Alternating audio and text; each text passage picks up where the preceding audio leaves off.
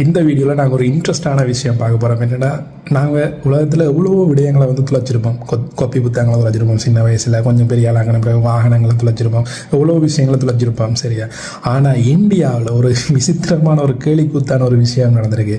ஏர் India நிறுவனம் அவங்களோட ஃப்ளைட்டே கிட்டத்தட்ட 13 வருடமாக துளைச்சிட்டு அந்த விமானம் எங்கே இருக்குன்னு கூட தெரியாமல் அப்படி ஒரு விமானம் இருந்ததையே மறந்துட்டு இருந்திருக்காங்க. அதை இப்போ ஒரு போன கிழமை தான் கண்டுபிடிச்சிருக்காங்க.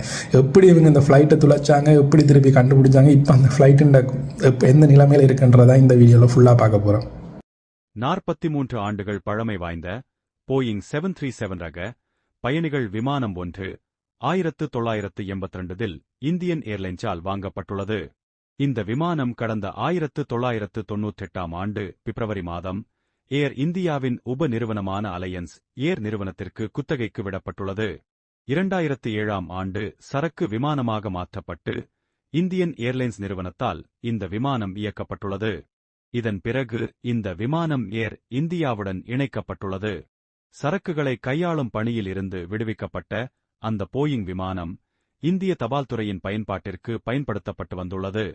2012ஆம் ஆண்டு இந்த விமானம் கல்கத்தா விமான நிலையத்தின் தொலைதூர விமான பார்க்கிங்கில் நிறுத்தி வைக்கப்பட்டுள்ளது. அதன் பிறகு அந்த விமானத்தை ஏர் இந்தியா நிறுவனம் அப்படியே மறந்துவிட்ட சம்பவமே அங்கு நடந்துள்ளது. ஏர் இந்தியாவை கடந்த 2022ஆம் ஆண்டு டாடா குழுமம் கையகப்படுத்தியது நாம் அனைவரும் அறிந்த விடயமாகும். டாடா குழுமத்திற்கும் இந்த விமானம் பற்றிய தகவல் வழங்கப்படவில்லை. 2012ஆம் ஆண்டு ஆவணங்களில் ஏற்பட்ட ஒரு பிழையால் இந்த விமானம் இருப்பது அப்படியே இல்லாமல் போயுள்ளது. கடந்த மாதம் கல்கத்தா விமான நிலையத்தின் தலைவரால் அவர்களுடைய பார்க்கிங்கில் உள்ள இந்த விமானத்தை அகற்றும்படி கூறிய பிறகுதான் இப்படியொரு விமானம் இருப்பதே அனைவருக்கும் தெரிய வந்துள்ளது.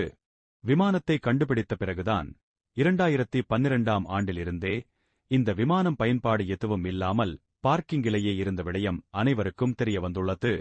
விமானத்தை கைப்பற்றிய டாடா குழுமம் அதனை சீர் செய்து நல்ல விலைக்கும் விற்பனையும் செய்துள்ளது.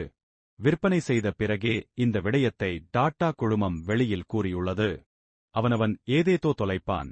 ஏர் இந்தியா நிறுவனமோ ஒரு விமானத்தையே தொலைத்ததுடன் தொலைத்ததை தெரியாமலேயே 13 வருடங்கள் இருந்துள்ளது வியப்பான விடயமாக மாறியுள்ளது.